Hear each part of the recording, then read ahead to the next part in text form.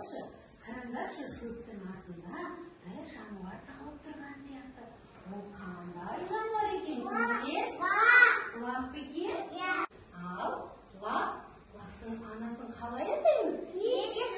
Дұрыс айтасыңдар, ешкі.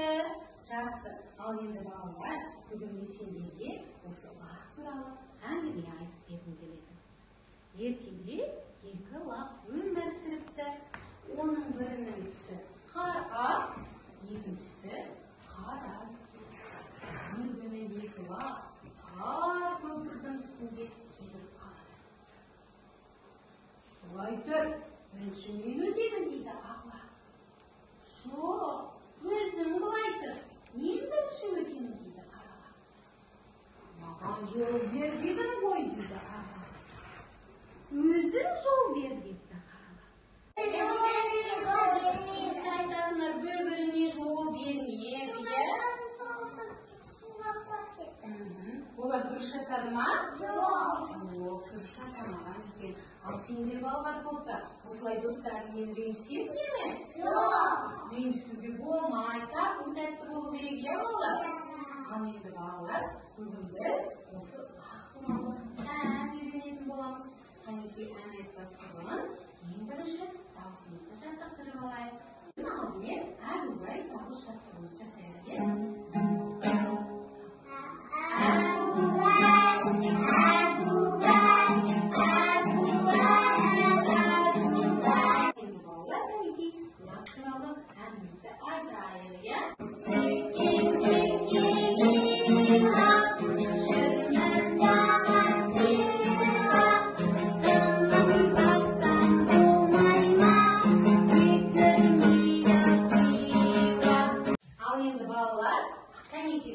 Қандай жануарларын білесіңдер? Есімізге түсіріп көрейікші. Қандай жануарлар бар? Лақ бар. Сосын? Сиыр. Ат бар, дұрыс айтасыңдар.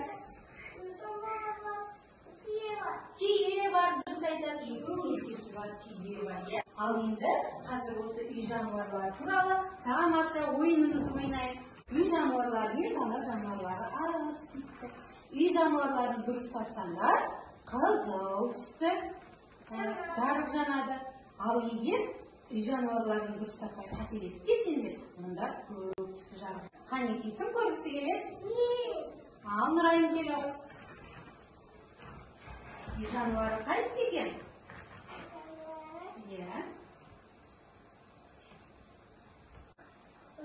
Қызыл түсті жанды. Нұрайым дұрыс тапты ма? Ал енді балалар, орнымыздан тұрып, кішкене сезініп жаттығуын жасап алайық.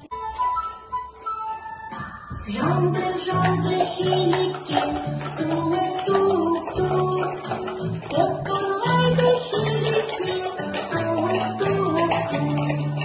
Сиыр келді шелекке,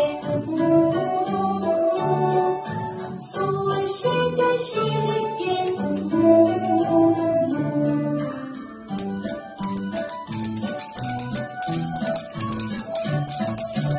Ал енді балалар, осы ата-бабамыз төрт түліктің терісінен, несінен, тұяғынан түрлі музыкалық аспаптар ойлап тапқан екен. Соның бірі балалар тұяқ тас деп аталады. Немесе тай тұяқ. Айтайықшы, тай тұяқ. Оны тайдың тұяғынан ойып жасаған екен. Және оны балалар ұрып ойнайды екен. Қараңдаршы, аттың дұрысына ұқсай ма? Ұқсайды. Қатар балалар, осы төрт түлік малға арнап түрлі оюлар да ойлап тапқан екен. Қараңдаршы, мынау қошқар мүйіз оюы. Айтайық, қошқар мүйіз. Ал мынау ботагөз деген ойы балалар. Ботаның көзіне ұқсаған соң, оны ботагөз деп атаған. Ал мынау ортағы балалар, бұл түйе табан деп аталады. Ал енді қыздар, бүгін біз түрлі оюлар арқылы биік қимылдарын үйренетін боламыз. Ал олар асатаяқ аспабымен біздің елімізді сүйемелдейтін болады. Ал қане қарайықшы, мынау қандай ою?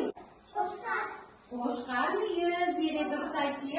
Ал қанекей, олай болса, қыздар, қошқар мүйіз жасайтын. Қошқар мүйіз жасайтын.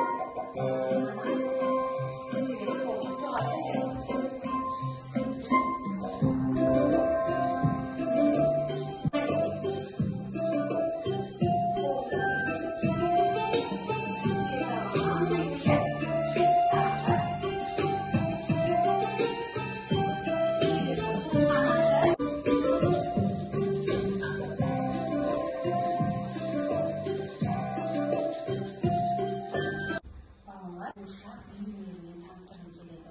Ол өртекке қуыршақ билеп қалады. Қанекей бәріміз қарап отырайық. Қазір менің өртекке билейді.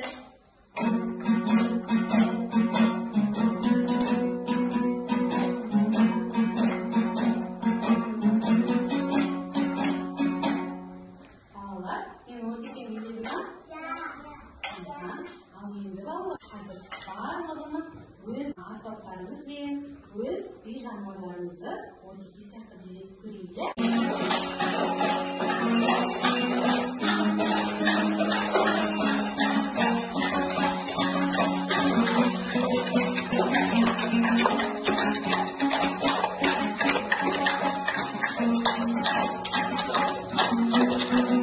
Балалар, бүгінгі ұйымдастырылған іс-әрекетте балалар қандай ойнайтын аспаппен таныстық? Таяқ, дұрыс айтады. Қандай қимылдарын жасады?